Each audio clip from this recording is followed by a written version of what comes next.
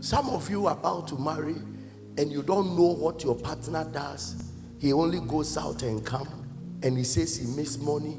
You don't know where the money comes in and all that. Listen to me, life is full of legal issues. If you go and marry somebody you don't know what he does, an aspect of the law will come after you when he's finally arrested. You may get yourself involved in something. And some of you, because, oh, he's my husband, so he asked me to sign this, I didn't read it. He asked me to do this, he just told me to do it.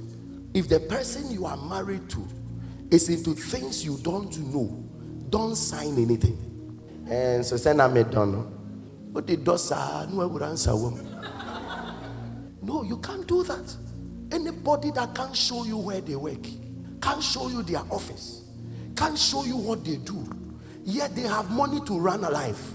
Go and find out. If you marry a drug addict, very soon you will be in trouble.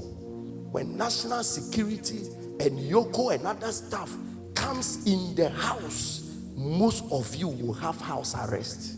If you marry a criminal, it will come after you. Do you know abortion is a crime in Ghana? You know. Like you know. I won't continue. You know.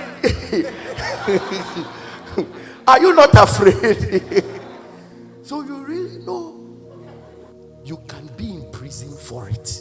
Know it. There are certain sexual acts that the law is against it. You can't sleep with a woman from her anus. The day she decides to report and attack you, that you were abusing her sexually because you forced her to have sex with her from her anus, obey them. Because no matter how pleasurable a thing is, anything that is risky to a human life, the law is against it.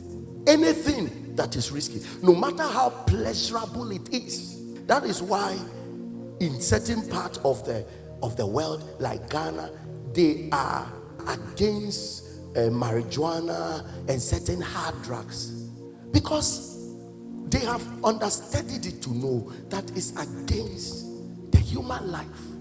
It's not good for the human system over time, but it's pleasurable. It has addictive elements in it. People love to do it over and over. So what the government does is that then we enact a law to stop people from doing it. You have to be careful. The fact that you have traveled outside the country doesn't mean you can have a wife in Ghana and have a wife in abroad. The law can deal with you for both. A young man you want to marry, one day per Google Ghana Constitution and Ghana's law about marriage. Read one or two things. Every child you give birth to, that there is an evidence that this is your child, it's a crime not to take care of the child. That thing about say, hey, but if DNA test is done and it proves that this child is yours, you were only being irresponsible. The price they will put on you for that irresponsibility, it will shock you. We are in a generation that say, "Mema kasa anyhow." No child is the child of a woman. They only kept the child. The seed came from you. Your child is not your wife's child. She only had the incubator inside of her. Receive the seed from you. That is why it is men that have seed. Women don't have seed. Women have wombs. The one that gives a cup and the one that has coke. Who owns coke? And without coke, what is the use of a cup? No. Who will be going after a cup? Na cup kutanesa. Empty cup. If you see anybody with a glass, there must be a wine in it. There must be a drink in it. That is why he's holding. The moment the drink finishes, he puts the cup down. Why? Because the cup is not done. What matters is what is inside. Listen to me.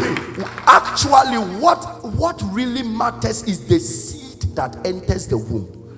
We have a society where when two people are not giving birth, the next thing is the man tells the woman, you are barren, go. No, do you know what it means? She only has a container to provide.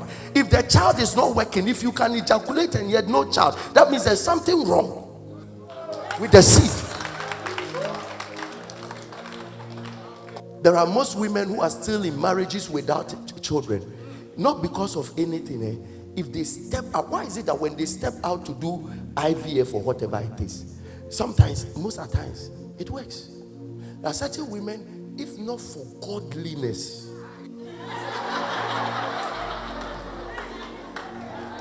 and they decide to sleep once with another man, there will be pregnancy. But most often, they are around by reading of faithfulness. They are around, and yet we are not appreciating them. And the painful thing is that we have done it in such a way that they begin to blame themselves, that they are the ones that can't have children.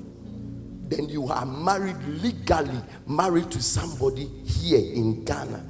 Then in the middle of the marriage, you go and give birth to with another woman. Do you know what you have done? If your current wife takes you to court, do you know what you will face? And a woman, you go and sleep with somebody and take seed for the person and bring it to another man. That's the highest form of deception. So if you sit down and tell, say, Mreni my name, if you are married, your car is not for you. Your house is not for you. Let me tell you now, so when the day comes, it will not be a shock. Your money is not for you. There are about 3 or 4 people that you have to have intact in your life. Your doctor must be intact. You must have a lawyer. So some of you in university right now, you must have about 3 or 4 solid friends. One is in medical school. One is in the law school. I'm telling you, it's very necessary. Then one is a spiritual papa. You must have a pastor intact. Somebody you know has done business with God and is not playing gimmicks. He has weight in the spirit. You must have one that you relate to. He knows you, you know him.